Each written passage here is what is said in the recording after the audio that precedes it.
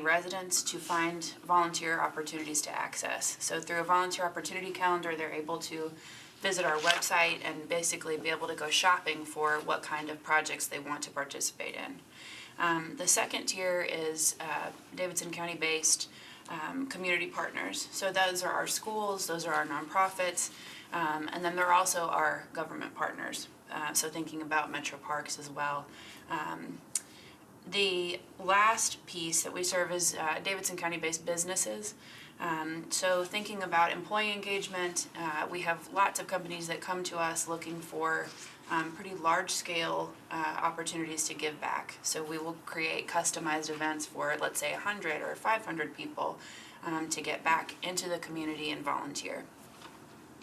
So the last piece that I wanted to touch on is what I find sort of special about Hands on Nashville is that we try to be a direct partner to, as I said, metro government. That started sort of a highlight of that was back in the flood times and participating in recovery efforts when the May 2010 flood occurred. It continues through things like Hands on Nashville Day. So our agency does projects in 15 metro schools once a year, basically doing facility enhancements and then also sort of tree planting and rain garden installation, things that make the environment better for the kids and families. So that is a little bit about Hands on Nashville. The second piece that I wanted to touch on was the funding request itself, which is the support for a $34,000 request for our AmeriCorps program. So thinking about that intersection of the individual volunteer and also of our community partners, what we have learned was our community partners were really facing a strong demand for long-term and skilled support. Basically, as we all sort of know institutionally, that nonprofits have limited resources, and so they were really struggling to gain traction without having the funds to hire on full-time staff. So that's where the Hands on Nashville AmeriCorps program enters. So basically what that is, if you've heard about the Peace Corps before, AmeriCorps is a domestic version of Peace Corps that places individuals in year-long terms of service, or 1,700 hours, kind of whichever comes first, with a host site. So Hands on Nashville has taken on sort of the administrative responsibilities of hosting 15 AmeriCorps members and placing them at 6 different sites. So those sites now have the opportunity to work with a single person or a couple of people on their teams that are very specifically dedicated to environmental scopes of work that they had otherwise not been able to accomplish before. We've gotten great feedback already from those agencies and also from the individuals on sort of what a transformational experience this can be. So to talk a little bit more about that, I want to shift over to the outcomes of why an AmeriCorps program matters. And I think I'm going to go back to that sort of 3-tiered approach. So for one, it's those 15 participants, those 15 AmeriCorps members. What I think is truly special about our city that we've seen time and time again is that there is a spirit of service that exists here. We're trying to cultivate that within those AmeriCorps members as individuals to go on to be civic leaders well beyond that 1,700-hour time period. The second key outcome is around the built capacity for the community partners. So them, again, not having to incur the costs or the administrative burdens of applying for a federal grant, which I wish I had it in front of y'all. It is about this big. So overseeing that piece of that scope of work for them and being able to build their capacity. One thing to note, because it is a federal government grant, when we talk about outcomes, in addition to just the conversational things that I've mentioned, we have some designated outcomes that the federal government requires us to meet. So those are around capacity building, which I've said a lot, that word already today. But they have 6 core competencies around communications and marketing, community collaboration, program and organizational evaluation, program development, volunteer management, and work processes and documentation. Those are the 6 sort of have two big buckets that we have to accomplish as having those funds from the federal government. So at the end of the term, the community partner, that host site, should feel increased capacity in at least 3 of those 6 areas that I just mentioned. The last piece that I want to touch on in terms of outcomes is really around the environmental impact. As we all can see, there's a very rapidly changing and growing city. And so the capacity built on that front is the tree plantings that are occurring, the waterway installations, the advocacy work that is being spread to talk about what people can do in terms of recycling and composting in their homes. What you'll see on a lot of the position descriptions for these AmeriCorps members is that our community partners were saying, we have no way of spreading the word. If we can manage to get a volunteer project done, but we can't do the 20 that we need to accomplish over the course of a year.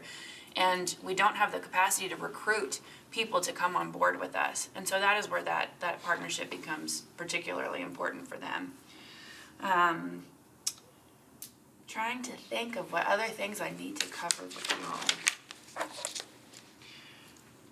The last piece that I wanted to touch on, just as an extension of creating that quality environment for all of Nashville, I think is to make a couple of comments about the AmeriCorps program recruitment. So we're trying to ensure that we have a diverse group of candidates. We've also working with some members that have disabilities, so making sure that we've made the process as inclusive as possible, and making accommodations where necessary. I think that is an important thing to note, that we need to have members that reflect the diversity of our city, and agencies that are valuing that same diversity as well, and making an equitable Nashville for everyone. That's a lot of words in a little amount of time. So I will pause and see if y'all have questions or comments for me. So, will the AmeriCorps volunteers be housed within Hands on Nashville? So on a day-to-day basis, we have 4 members that live at our house, and then the remaining 11 are physically at the host sites for those other agencies. Right. So Cumberland River Compact, Harpeth Conservancy, Richland Waterway, Richland Creek Watershed Alliance. They physically go and they're on site with those folks for the duration of the year. What we bring them back to Hands on Nashville for is professional development and networking. They do courses at the Center for Nonprofit Management. So we try and make sure that we're developing whole people outside of sort of that specific scope of work that they're working on.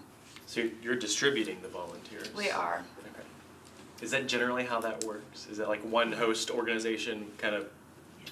It is. Yeah. So we have grown. It used to be that we were just having the AmeriCorps members stay within Hands on Nashville, and as I mentioned, with that increased demand for long-term and skilled volunteerism, that's where sort of the AmeriCorps serving as a host site for many members emerged. It just isn't a direct response to that need. Can you talk a little bit more about, you said you also work with businesses, but you help them to give back? Mm-hmm. Yeah. Could you talk a little bit more about that? Absolutely. So I will give you an example, thinking about metro schools. So Schneider Electric had a headquarters near Paragon Mills Elementary. And for about 5 years now, since I've been at Hands on Nashville, we made a match. Schneider Electric called us and they said, hey, we have about 100 employees and we want to engage them in a day of service. So, we want to stay in our neighborhood. We want it to feel meaningful. So what Hands on Nashville's role is to identify a partner, to then go to that partner and then come up with that scope of work. So we'll talk with the principals, with the maintenance folks, with the teachers, and say, what could be accomplished with volunteers that goes beyond what you could do with your everyday budget. So when we think about building outdoor classrooms or huge garden spaces, that's not something they're necessarily going to have funding for. Right. So that corporate partner provides funding for the supplies themselves, and then for Hands on Nashville to cover the cost of cover our cost for project management. Mm-hmm. Okay. I want to talk about potential metro partnerships. Definitely.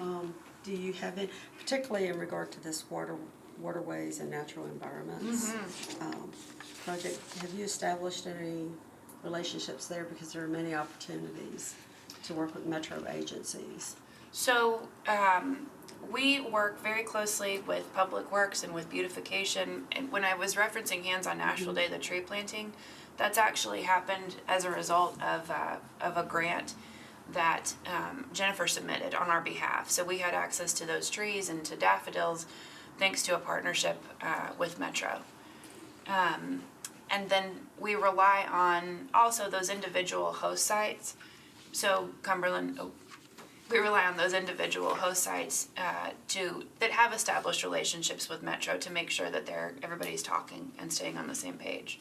Just a few suggestions. Please. One might be, Metro has a collaboration with TSU and UT and our Ag Extension Service. And there seems to be quite a bit of overlap there That's in terms awesome. of the services that they provide. Also, Farmers Market is doing some work around community gardens and the like. And there's a Soil and Water Conservation District, which is included in Metro Stormwater, who lives in this space. That's wonderful. Thank you. Okay, so just thinking long-term and how you might connect with some of our services. Definitely. How do you all select the agencies that receive AmeriCorps members? So we receive, as I mentioned, we receive the federal funding, and then we also receive foundation grants. So when we were thinking about the environment, our sort of relationship with environmental work started at the time of the flood, and so we established those connections then. Maddox is one of our funders, and so we looked at, they're working heavily on creating a collaborative environment with all of those environmental agencies, and this was one of the avenues that we saw we could help build that collaboration. So that was, those two, the environment and the Maddox was sort of our two big drivers right now. The hope, Ann, would be to expand it beyond sort of a single impact area and just more broadly to all of our partners.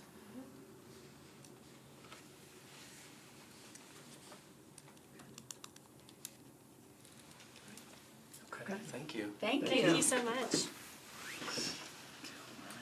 Have a good day. That was so helpful. Thank you for that feedback. The notice programs actually run out of the Office of Neighborhoods where Lawrence and I work. Yes. So, yeah.